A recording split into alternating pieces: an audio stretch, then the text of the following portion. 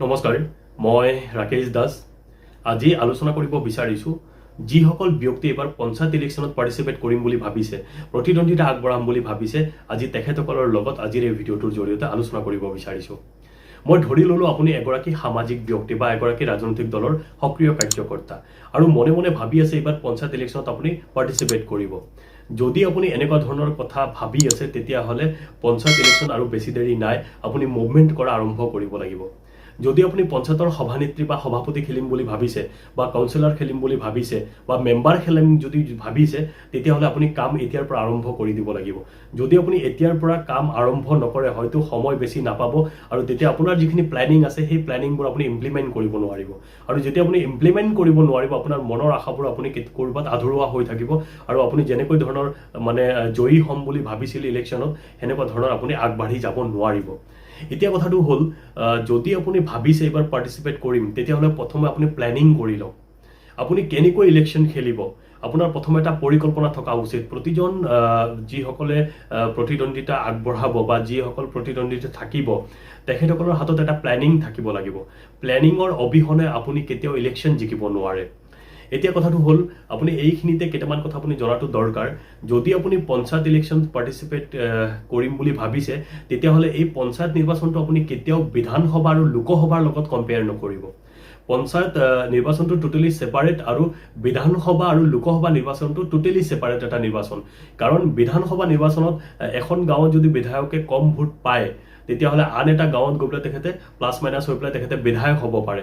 বা লোকসভা নিৰ্বাচনত যদি এখন সমষ্টিও হাৰি যায়, আন এটা সমষ্টিত গৈ পেলাই তেখেতে MP হ'ব পাৰে। কিন্তু যদি আপুনি মেম্বাৰ খেলিম বুলি ভাবিছে, আপোনাৰ গাঁৱত যদি আপুনি হাৰি থাকে বা কম পৰিমাণে ভোট পায়, আপুনি কেতিয়াও মেম্বাৰ হ'ব নোৱাৰিব। এই কথাখিনি ভালকৈ মনত ৰাখিব। আৰু এটা কথা মনত ৰাখিব, পঞ্চায়ত নিৰ্বাচনত সম্পূৰ্ণ সেইগৰাকী ব্যক্তিৰ যদি আপুনি ভাবিছে, তেতিয়াহ'লে সম্পূৰ্ণ আপুনি আপোনাৰ ব্যক্তিত্বৰ ওপৰত ইলেকশ্যন খেলিব লাগিব। কাৰণ আপোনাৰ যদি কেৰেক্টাৰ ভাল নহয়, আপোনাৰ কথা বতৰা ভাল নহয়, আপুনি মানুহজন অসামাজিক, তেতিয়াহ'লে আপুনি যিটো দলৰ পৰা আপোনাক টিকট দিব, সেই দলৰ যিমান ডাঙৰ লিডাৰ আপুনি যদি কেম্পেইন কৰিবৰ কাৰণে লৈ আহে, সি যিমানেই ভাষণ নিদিয়ক, মানুহক যিমানে আকৰ্ষিত নকৰক কিয়, কিন্তু পঞ্চায়ত ইলেকশ্যনত আপুনি কেতিয়াও জিকিব নোৱাৰে, আপুনি জয়ী হ'ব নোৱাৰে। কাৰণ পঞ্চায়ত নিৰ্বাচনত সৰু সৰু কথাবোৰ আলোচনা কৰা হয়।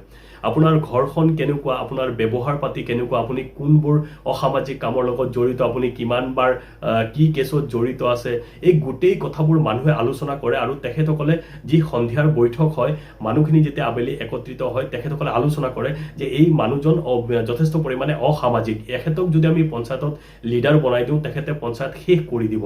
আৰু এনেকুৱা ধৰণৰ আলোচনা কৰিব। সেইকাৰণে যদি আপুনি পঞ্চায়ত নিৰ্বাচনত যদি ইলেকশ্যন খেলিম বুলি ভাবিছে, তেতিয়াহ'লে প্ৰথমে আপোনাৰ ব্যৱহাৰ ভাল কৰক।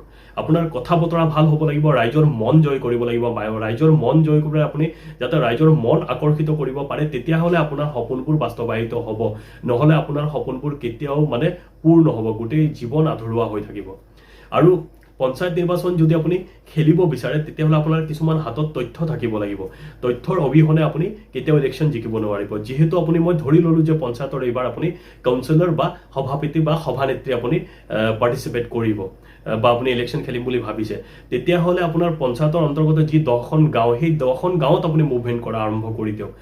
বিভিন্ন জাতি, বৰ্ণ, ভাষা নিৰ্বিশেষে সকলো মানুহৰ লগত কথা বতৰা আপুনি পাতক আৰু তেখেতসকলৰ লগত এক আত্মীয়ৰ পৰিৱেশ গঢ়ি তোলক, যাতে তেখেতসকলে অনুভৱ কৰিব পাৰে যে এই মানুহজনৰ ব্যৱহাৰ পাতি খুব ভাল আৰু তেখেতে যথেষ্ট পৰিমাণে কষ্ট কৰি আছে, এবাৰ তেখেতক আমি এইবাৰ সুযোগ দিওঁ।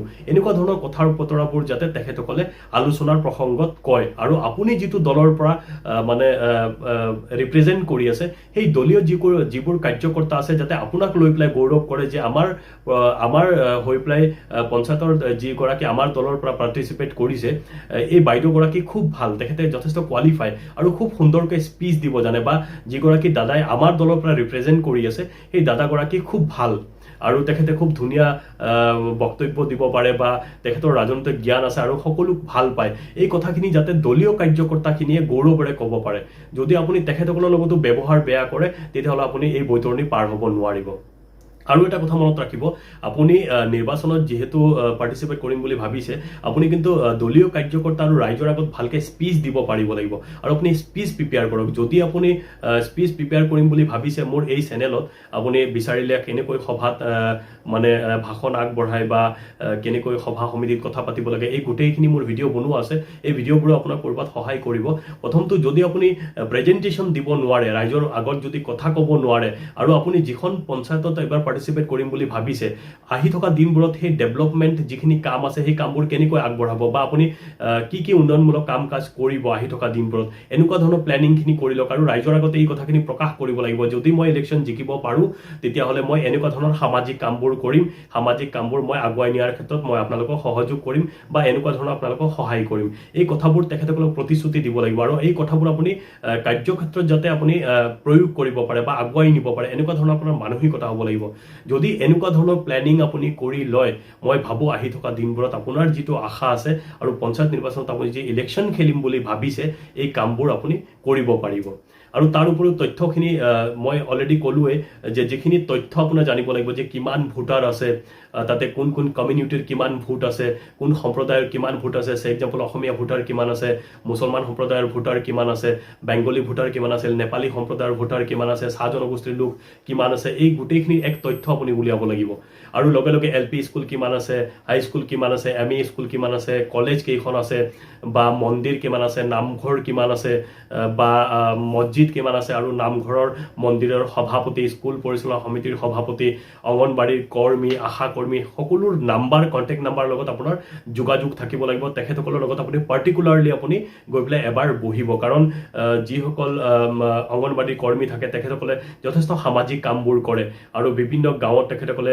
মানে গৈ পেলাই সাৰ্ভে কৰে বহুতৰ লগত তেখেতসকলৰ যোগসূত্ৰ থাকে তেখেতসকলৰ লগত যদি আপুনি কথা বতৰা পাতে বা অঙ্গনবাড়ী কৰ্মীসকল আশা বাইদেউসকলৰ লগত কথা পাতে বা যিবোৰ সকল পৰিচালনা সমিতি থাকে মন্দিৰ কমিটি মছজিদ কমিটি তেখেতসকলৰ সমিতিৰ লগত যদি আপুনি বাৰ্তালাপ কৰে তেখেতসকলে যথেষ্ট পৰিমাণে আপোনাক সহায় কৰিব আৰু তেখেতসকলৰ সহায়ৰ জৰিয়তে হয়তো আপুনি এই যি বৈতৰণি আপোনাৰ যি নিৰ্বাচন খেলিম বুলি ভাবিছে আপুনি সুন্দৰকৈ জয়ী হ'ব পাৰিব আশা কৰোঁ আজিৰ এই ভিডিঅ'টোৱে আপোনাক কিছু পৰিমাণে হ'লেও সহায় কৰিব আৰু আপুনি যদি প্ল্যানিং কৰি কাম কৰে আপোনাৰ যি মানে যি সপোন সেই সপোনবোৰ এক বাস্তৱ ৰূপ পাব আৰু আপুনি সামাজিক কাম কৰি পেলাই আগুৱাই যাব পাৰিব ভৱিষ্যতলৈ যাতে এগৰাকী আপুনি ভাল ৰাজনীতিবিদ হ'ব পাৰে তাৰে মই কামনা কৰিলোঁ ধন্যবাদ